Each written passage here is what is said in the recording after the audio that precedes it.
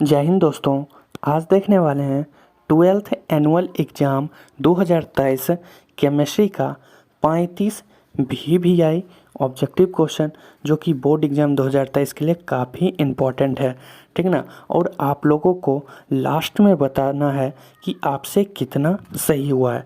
अभी 35 ऑब्जेक्टिव देखेंगे और आप पूरा वीडियो देखने के बाद बताना कि आपसे कितना क्वेश्चन सही हुआ, कितना क्वेश्चन गलत हुआ, ठीक ना। तो आप लोग ज़रूर बताइएगा। चलिए अब देखते हैं क्वेश्चन नंबर 1, ठीक है। चलिए अब आ गया है क्वेश्चन नंबर 1।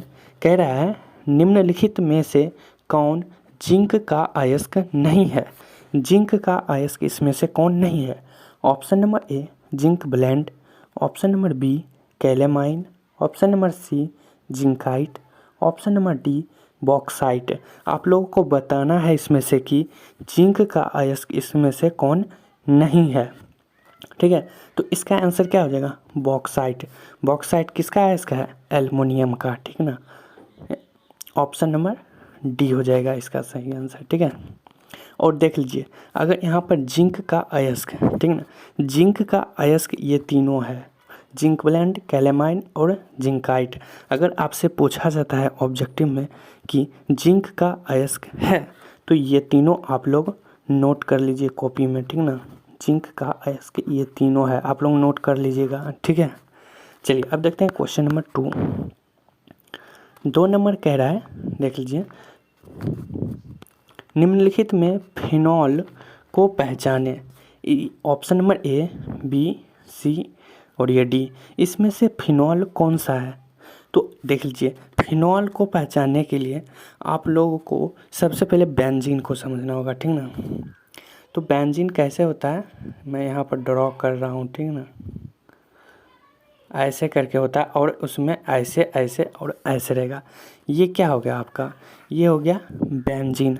और बेंजीन के ऊपर अगर बेंजीन में अगर OH लगा दें, ठीक है ना, तो ये क्या हो जाता है, फिनॉल हो जाता है। इसलिए इसका आंसर क्या हो जाएगा, ऑप्शन नंबर डी। और कहीं कहीं पर होगा कि आप लोगों को ये OH गायब कर देगा, ठीक ना, ये OH को हटा देगा, सिर्फ कहेगा निम्नलिखित में बेंजीन कौन है, तो ये हो जाएगा, ठीक ना।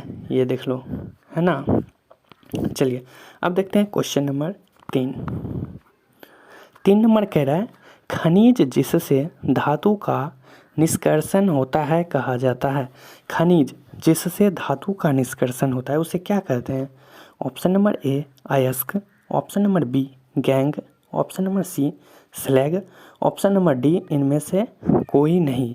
तो खनिज जिससे धातु का निष्कर्षण होता है उसे कहते हैं अयस्क, ठीक है। ऑप्शन नंबर ए हो जाएगा। चलिए अब देखते हैं क्वेश्चन नंबर 4। 4 नंबर क्वेश्चन है नल जल का सूत्र है।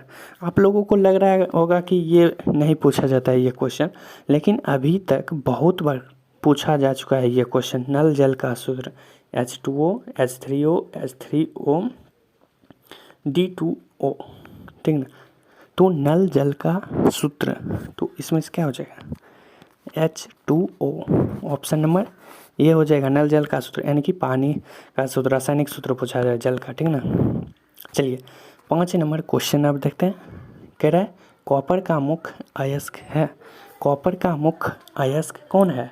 Copper pyrite, copper glance, galena, सीटेराइट।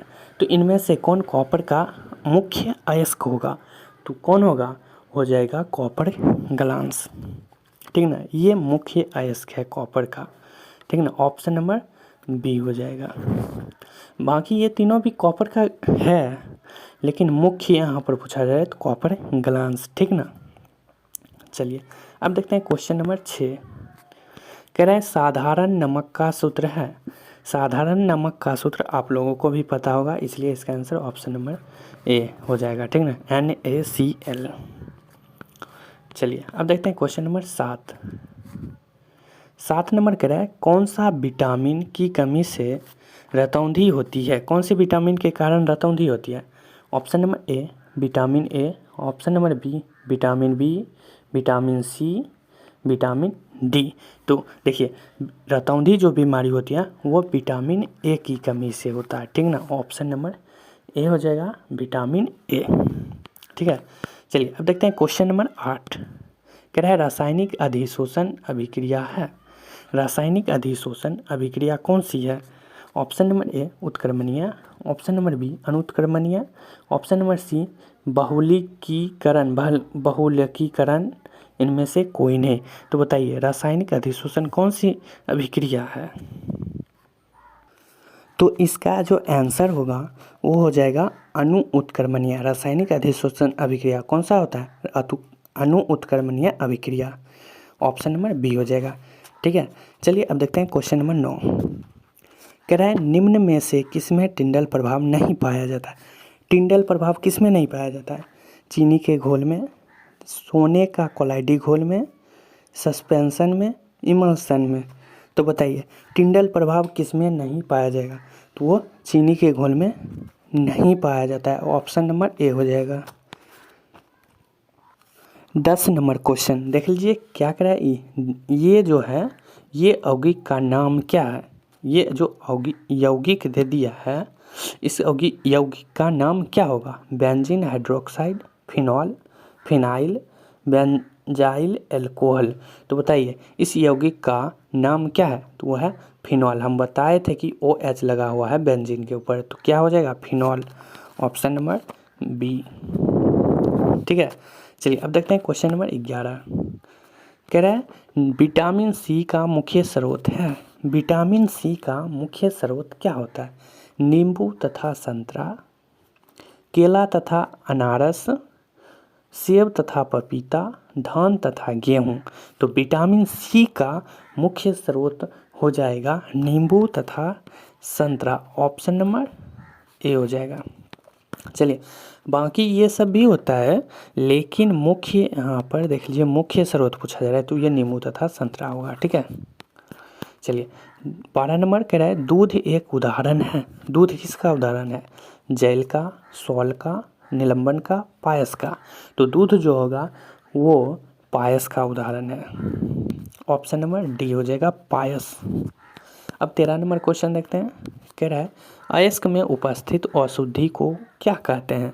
अयस्क में उपस्थित अशुद्धि को क्या कहते हैं? Option number A flux, option number B gangue, option number C slag, option number D मिश्र धातु। तो अयस्क में उपस्थित अशुद्धि को गैंग कहते हैं।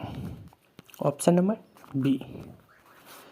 ठीक है, चलिए अब देखते हैं क्वेश्चन नंबर 14। कह रहा है एल्युमिनियम का अयस्क है। एल्युमिनियम का अयस्क कौन सा है? बॉक्साइट, हेमेटाइट, डोलोमाइट, इनमें से कोई नहीं। तो एल्युमिनियम का अयस्क हम 1 नंबर या 2 नंबर क्वेश्चन में ही ये बता दिए थे कि एल्युमिनियम का अयस्क जो होता है वो बॉक्साइट होता है। ऑप्शन नंबर ए। चलिए अब देखते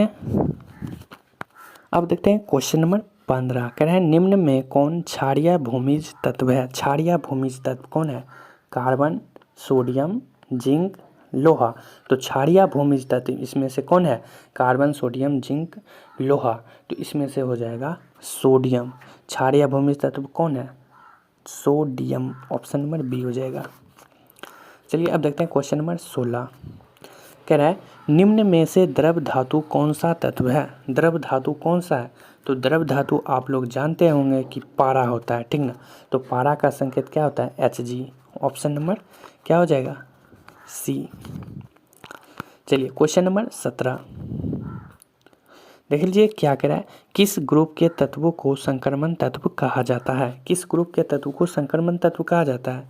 option number A P block, option number B S block, option number C D block, option number D F block. तो देखिए संक्रमण तत्व ये बार बार हम बताते हैं कि संक्रमण तत्व डी ब्लॉक का तत्व है। ऑप्शन नंबर सी हो जाएगा डी ब्लॉक का तत्व। चलिए अब देखते हैं क्वेश्चन नंबर 18। कह रहा है डी ऑर्बिटल का आकार होता है। डी ऑर्बिटल का आकार क्या होता है? गोलिया, डम्बल, डबल डम्बल, इनमें से कोई नहीं। तो डी ऑर्बिटल का जो आकार होता है वो होता है double dumbbell. Option number C हो जाएगा। अगर यहीं पर डी के जगह पर पी ऑर्बिटल का आकार पूछा जाएगा तो वहाँ पर क्या हो जाएगा? डम्बल। अगर डी रहता है तो डबल डम्बल, पी रहेगा तो सिर्फ डम्बल। ठीक है, इस टाइप से आप लोग याद रखिएगा। चलिए अब देखते हैं क्वेश्चन नंबर 19।